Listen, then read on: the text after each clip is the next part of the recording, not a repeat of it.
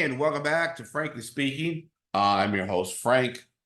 Okay, guys, tonight, I think we have to make an admission here as Americans, especially those of us that are sort of the right of center political ideology, that American conservatism, the political right in America, is collapsing in real time.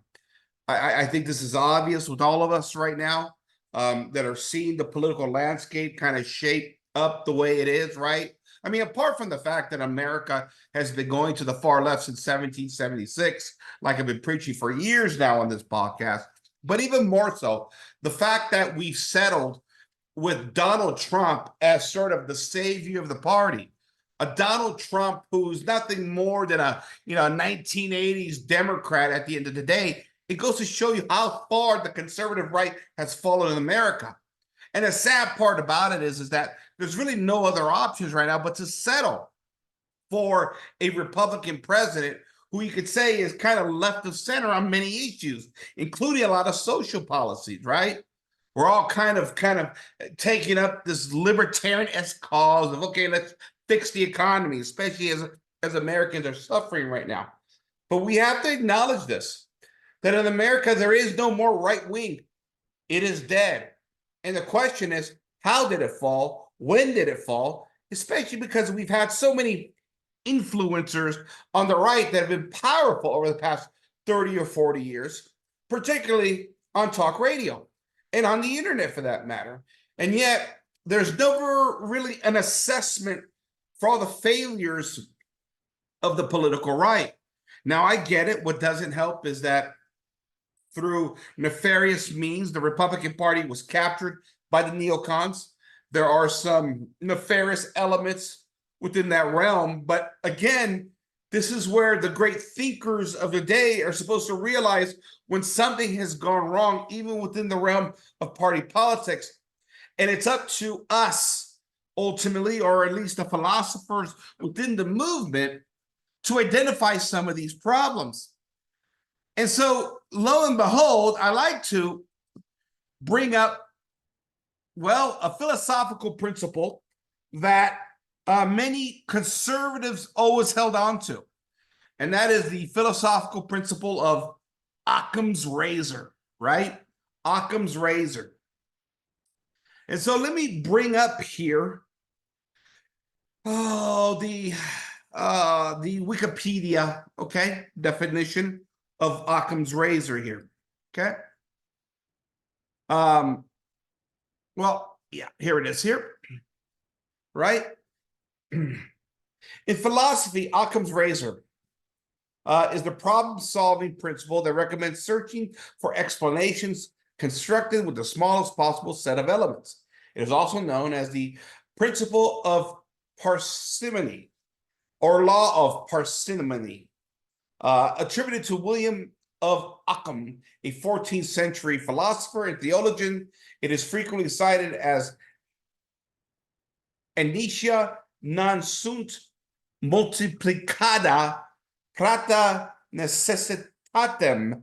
Sorry if that's Latin. That's not my best. Sorry, I'm not good at that. Which translate as entities must not be multiplied beyond necessity. Although Occam never used the exact words, popularly, the principle is sometimes paraphrased as, quote, the simplest explanation is usually the best one, end quote.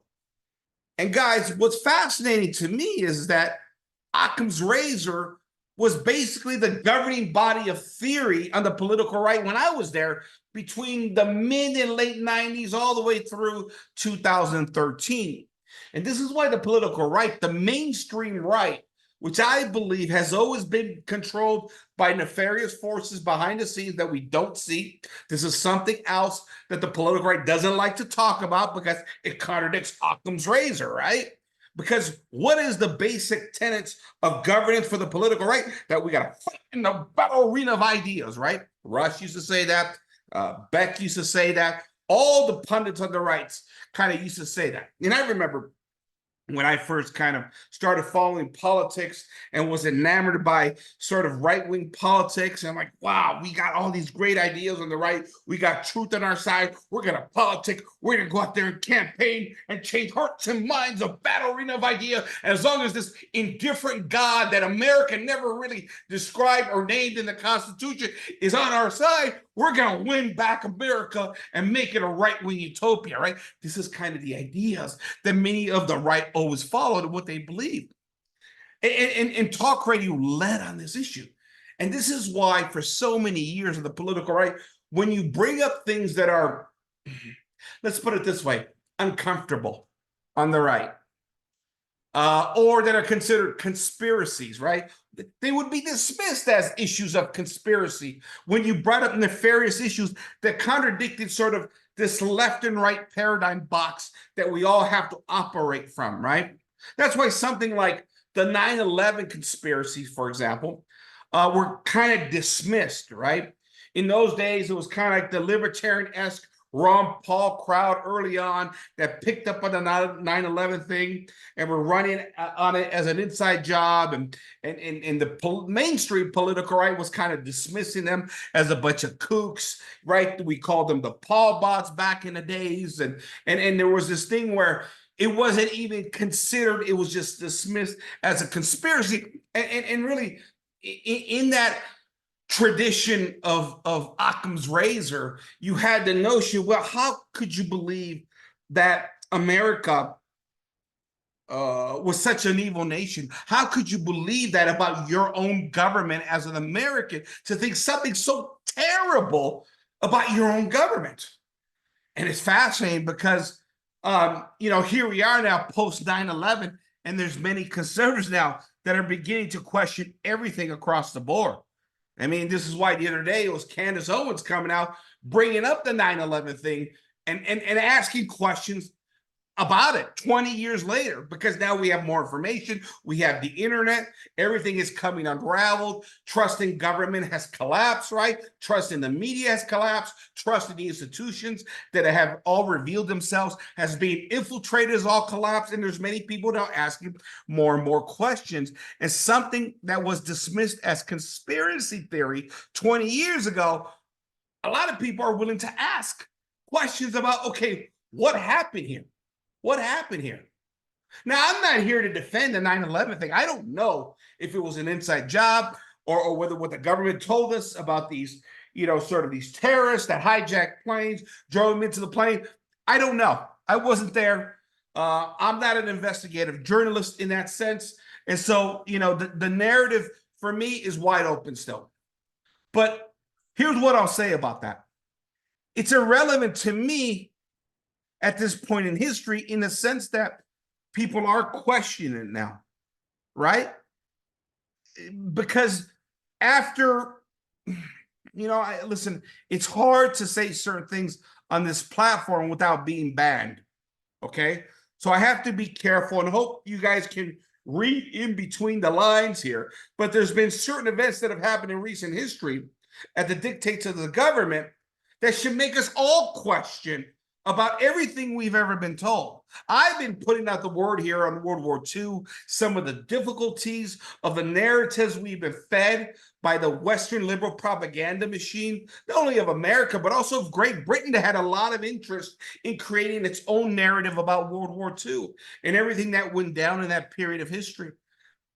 Now we're getting, some sort of idea about the JFK assassination, the role of Charles Manson in the 1960s as trying to intimidate people and create a mass psychosis within the realm of American culture. Red flag operations in Cuba. I mean, all these things are coming to light now all of a sudden, and things, again, that were considered conspiracy theories on the political right. It's many on the right that are saying, wait a minute now, maybe we got a few things wrong. And this is the problem with the right now, is that they were invested in a lot of these, what do you want to call it, in the theories of Occam's razor, because it made everything nice and neat and clean, and it supported the status quo. And that's what the right wants, right? The right wants a fairy tale narrative about the history of the country and how we can fix these issues, because the right has never learned how to govern in our society, right? All they can do is spout out philosophies, but when it comes to governance, they've been utterly bad at it throughout history.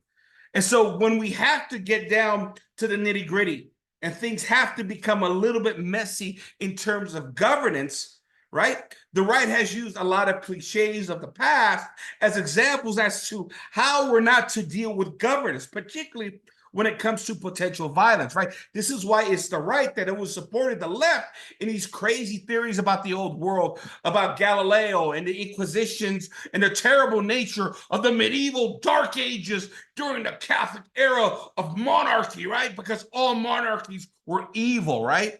This is a narrative that has to be supported, right? And has been supported by the political right. But what they don't realize is when they take that extreme route to simply look back at history and with a wide brush dismiss everybody as a tyrannical dictator or a tyrannical authoritarian leader or movement or ideology, you undercut any form of governance you can have here in current modern society. Because at times, whether you like it or not, force has to be used in order to maintain order. And this is why the right is always caught in this grand pickle of philosophies, right? Of, okay, individual rights, freedom and liberty, we got to change hearts and minds in the battle arena of ideas. Yeah, but what happens when the hearts and the minds have been corrupted by bad morality? How do you convince those people that are broken socially and culturally and morally? That's part of the problem here. You can't force freedom on people, but even more so, you can't force proper logic and reason and truth into people's minds. When people make decisions in our society, is based upon their own personal needs and what they need to survive oftentimes, especially in a chaotic system now that has segregated people and their hard work from really achieving what America always promised, right? And that is opportunity of material success. But even that has been suppressed under the weight of democracy through the manipulation of the political system. And the right doesn't know how to get a hold of that at this point in history. So for years, it was Occam's razor, Occam's razor, Occam's razor. So the right didn't have to go down the path of conspiracy theory. But in the era of a certain pandemic, right? Post-pandemic, right? Now the right is saying, wait a minute, what the hell is going on here? Because all the institutions have been captured. They've all been captured by nefarious elements, groups that I can't mention here on this platform, but I think we all kind of sense it. What do we do now? What do you do when the institutions have been captured? Simply saying, we're going to fight and win the battle arena of ideas. It doesn't matter. You go out there and preach all you want about your gospel of American conservatism, about cutting taxes and limited government and the greatness of the founding fathers and states' rights and federalism and everything you believe, and you can make all logic and sense in the world. But if there's a nefarious force behind the scenes that says, okay, Mr. Congressman, here's a few $1 million, right? So you can see it our way. How do you compete with that? How do you compete with that? Right? And remember, these are corporations that the right defended at all costs for decades. Now that the corporations have turned on the political right, now they begin to realize, wait a minute, we got a problem here. Well, my question is, why didn't you see that decades earlier? You helped facilitate the very system you're now complaining about. You set up that environment by giving them the power. And anytime somebody came around and said, wait a minute, do these corporations have too much money? Oh, fascist, you're a fascist, you're a fascist. Oh, okay, we're fascist. All right, that's an interesting, convenient word that we have there, right? To simply shut everybody down. And this is where we're at this point in history. I had a conversation with a friend of mine very recently. A good friend of mine, known him for years. Good guy, right? Good heart. Um, Smart, sharp of the things of the world, especially politics. On the political right, on the conservative political right for many years.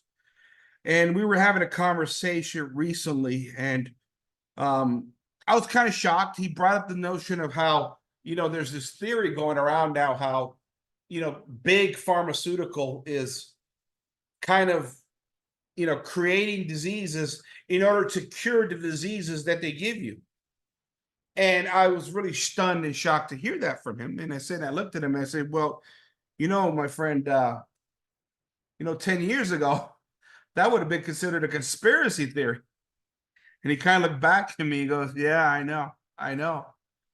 And see, this is when I began to realize, well, no, I'm not began, but another confirmation that the narrative is breaking down, right? Because people are seeing now there's more to this. You can't hide this anymore. You can't hide behind Occam's razor anymore like the right did, right? And I remember Rushbo used to talk about Occam's razor all the time, right? The simplest explanation is usually the answer. Rush never liked to get down in the mud of conspiracy. For him, it was all about that battle of ideas, right? That philosophical argument between the left and the right, analyzing the role of government and politicians, breaking all this down. And as long as we expose all of this, the American people will do the right thing and go to the polls and pull the lever for the right candidate. And of course, that never really happened. And even when the right won, they actually lost. And nobody saw the hijacking of the Republican Party by the neocons. Nobody did. Not even Rush saw it. As brilliant as he was at certain elements of political analysis, the right was blindsided by this, right? And then after time went on, and we get this 8 years of George W. Bush presidency, which is a horrible presidency, did nothing for right-wing values, nothing at all, right? Nothing for conservatives, nothing for social issues or even economics of everyday middle-class people. Then, we realize, wait a minute, what just happened here? What do we fight the fight for? For what? What do we get out of this when the country actually went further to the left under George W. Bush, and it set up the radical presidency of Barack Obama? George Bush gave us Barack Obama, kind of passed on the baton. Sure, of course, Barack could take it further to the left because his party would allow him to. He was given a mandate after that election, right? And then we have this fight within the Republican Party. Remember, we have John McCain running against Barack in 2008, but the economy collapsed 3 months before the election, which really assured Barack Obama's victory, path to victory. Then we bring in Romney, another freaking, line sack of, what? Pretending to be some kind of conservative Republican, when in fact all he's ever done is be a neocon and betrayed the political right time after time after time. It's why he's not running in Utah for a second term, because Utahns have figured it out that he was a con man from the beginning. And this was the Republican Party, right? The party of George W. Bush, the party of John McCain, the party of Mitt Romney. And all of a sudden, 2016 comes around, and here comes Donald Trump, right, with a populist message. And he hits on a lot of keynotes. And he upsets Hillary Clinton in 2016. But that also meant the dissolution of the Republican Party. It meant that the Republican Party is in a state of chaos. What is conservatism in 2024? Is it what the talkers on the radio preach? Is it? Is it Fox News, right? Is it the neocon wing like the Liz Cheneys and the Dick Cheneys? Or is it Donald Trump MAGA, which is in many ways Democratic Party of the 1980s? Where's the conservatism in the conservative movement? Does it exist? It doesn't exist. And even then, when you get down to it, within the elements of the Republican Party and those that are trying to maintain some conservative purity, it's a debate between libertarians and moderates. The social cons have all been kicked out because we've been told that abortion is a losing issue now, right? So we have to surrender that one. We surrendered gay marriage under Barack Obama, right? We surrendered contraception. We surrendered us trying to stop porn, right? We can't ban porn because of freedom and liberty, right? We surrendered on easy divorce and remarriage. We've surrendered all the cultural issues, and now we're being asked to surrender on abortion, right? What's left of the Republican Party? Where's the soul? Is it just win the next election so the bad guy doesn't win, the worst person doesn't win, the communist doesn't win? Well, let me give you a little hint. The communists are already winning, and a few other nefarious forces that I can't mention on this show. The political right was able to mask a lot of their philosophical contradictions under the dictates of Occam's razor. Rush pulled it, Hannity pulled it, Beck pulled it, Prager pulled it. All these guys pulled it, right? But now that the mask has been unveiled, that the Republican Party has become an absolutely soulless party in desperation mode now, surrendering all of its core values, right, for a few populist causes. And don't get me wrong, I believe in some of these populist causes, right? I saw a sign recently driving through Vegas where it was a Trump 2024 sign, and he had promised in Nevada, a state that he needs to win, how he would not tax on tips. Well, he's expanded that platform, and now the sign read how there's going to be no tax on overtime pay.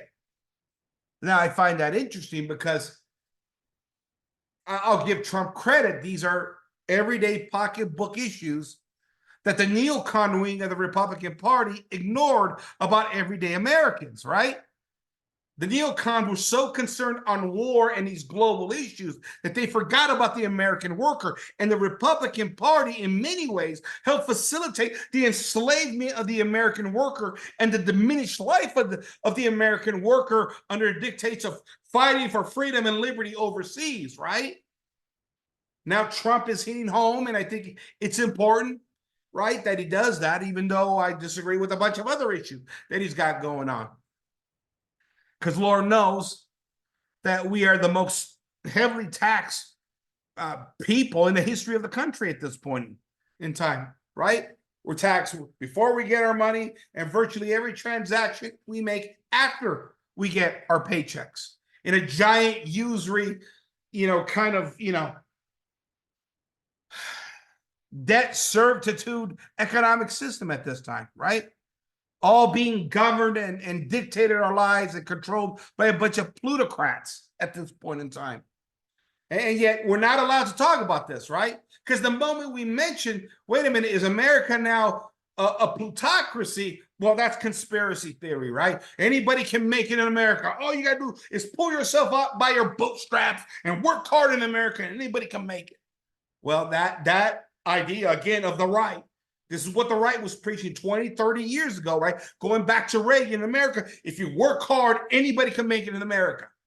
Well, there's a despair that has set in, and people are seeing, especially with the money printing and the inflation and a bunch of other nefarious things going on because of politics in DC, that's a bunch of crap, right? The system is rigged for many Americans. It is. And the right has no answers on how to deal with this. None whatsoever. Because they can't control the political system. And listen, I'll give many on the right credit that says they see the problem, right? A lot of the problems of the printing of money, the growth of government. I get that. We can point out some of the problems. But what is the mechanism to control that? What is the mechanism? Especially if there's questions about the electoral system. What is the mechanism to fix it? Fight and win a battering of ideas? Let's have a grand philosophical debate while the politicians behind the scenes do what they want to do, right? Where our philosophies are just a distraction from actual governance. See, that's my question, my friends on the right. All the while, we're all being misled by a media that's completely controlled by nefarious forces now. That's why, people ask me about this Israel conflict over in the Middle East, and I really don't get involved in that, mainly because I have great suspicions that both sides are evil over there, to be honest with you. I don't trust the narrative we're being fed from over there by the mainstream media. Just like I don't trust what we were told about World War One, World War II, and a bunch of other conflicts throughout history. I don't trust the information coming out of there. Americans are the most brainwashed people in the history of the world. We believe that because we have all this grand technology at our fingertips with all this information, that's given us a sense of freedom and liberty. Now, while there's some truth to that, there's another side, that the social engineering that's used through social media has also made us the most propagandized people in the history of the world, right? I still remember when 24-hour news on CNN, what was that, late 80s, early 90s, right around 91, I think. I could be wrong on that date, right? The 24-hour news cycle started. And that began to make us this global world order where everybody's just used to worry about their local communities for the most part. Sure, we had a president in the Congress in DC, we had our representatives, but we focus on the local stuff, right?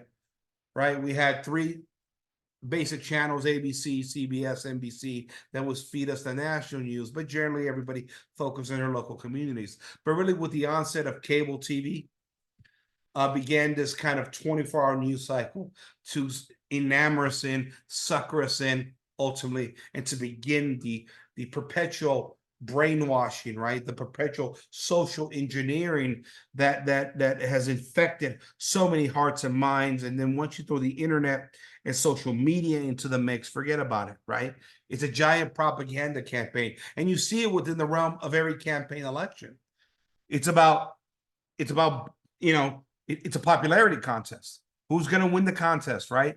What can we say? What can we do? What color tie can the candidate wear? How many votes can I buy here? How many votes can I buy there? Where do I put my posters? And how many radio ads? And how to approach? How do I trick enough people to vote for me? That's what democracy has become.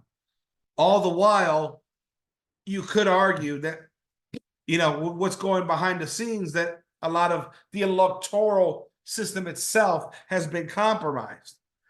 That's why a lot of people will tell you they don't believe their vote counts.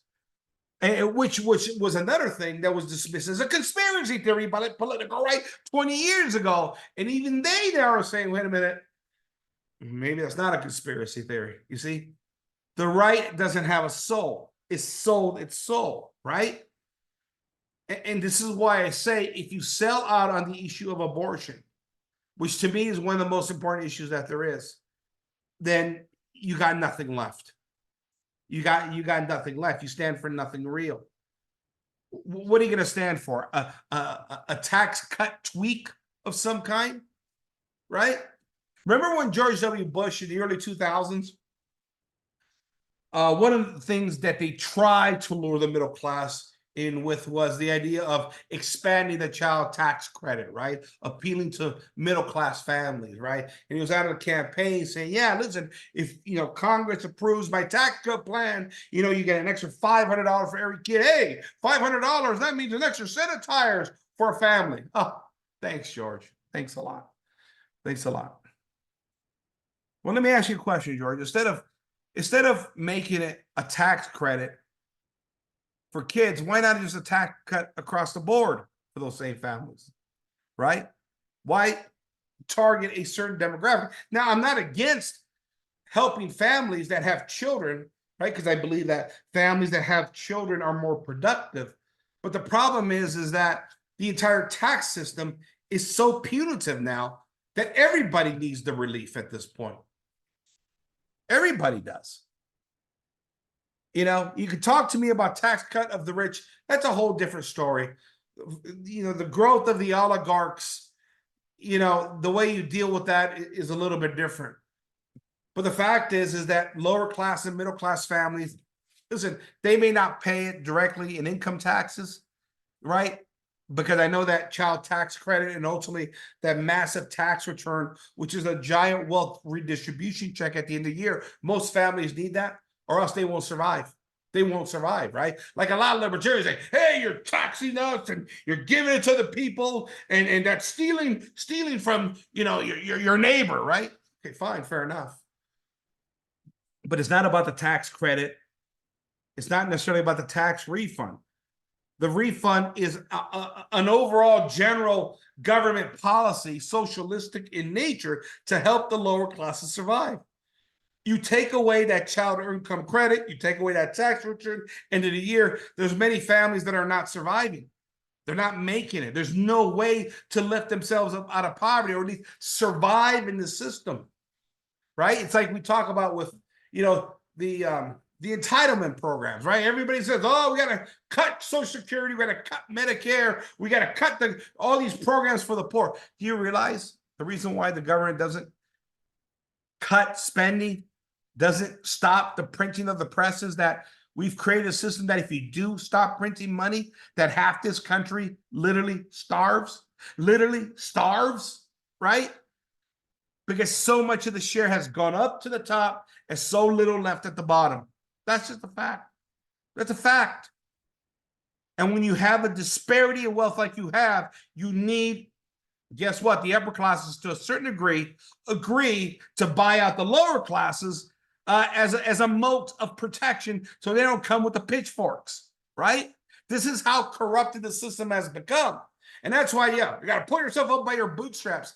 There's no bootstraps left, right? We barely even got shoes at the bottom of the economic, ring here in America at this point.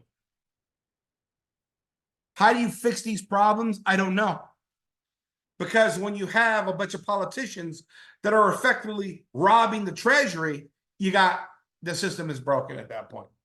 It simply is. You don't have free market principles. You've allowed the plutocrats to take over the system itself, manipulate, and let a few crumbs drop to the bottom of the barrel. That's what you have at this point. And listen, I'm a guy that believes in markets. I believe in the free transactions of goods and services, right? I believe in that. But not like the current system we have now, with the political right really having no answers here. Well, no answers. They make a few good points here and there and that, but they don't know how to administer it, right? Right? This is why I say, right? People say, well, okay, we need Trump to go in there to save America. If Trump's not elected, the republic falls. What's Trump going to do? Let's be honest. Let's talk about that for a second, right? On the right. What's he going to do when he gets into office? Because unless he starts dismantling government programs, none of this matters. None of this matters. None of it matters at the end of the day. So there you have it. The political right sold their souls a long time ago for these libertarian-esque economic theories, theories that have never played out, but we become more and more socialistic, more and more plutocratic at the top. That's the irony of it all. What did they get out of it for selling their souls? Nothing. Nothing. They sold out on the family. They sold out on the culture. They sold out on the morals. And at the end of the day, we're all taxed to death. And we got an underclass that's being stomped on more and more every day with inflation and taxation and everything that comes along with our current system that looks to be backward ass at this point in time. The right has failed at every level. And that excuse of Occam's razor should be an embarrassment now, when a lot of people were pointing out, wait a minute, there's something more nefarious going on here. How could you have these ill intentions of your own government? Well, here we are. Who was right? Who was wrong? The talkers on the right were wrong. They got it completely wrong. And now we're all screwed, right? But hey, Conservative Inc., that's some good money on the right. Those guys are all multimillionaires. And sometimes I question whether they're even playing for the team on the right, if they're not playing for the team on the left, to be honest with you. There you have it, ladies and gentlemen. This is Frank. Sign off for Frankly Speaking. Good night, everybody.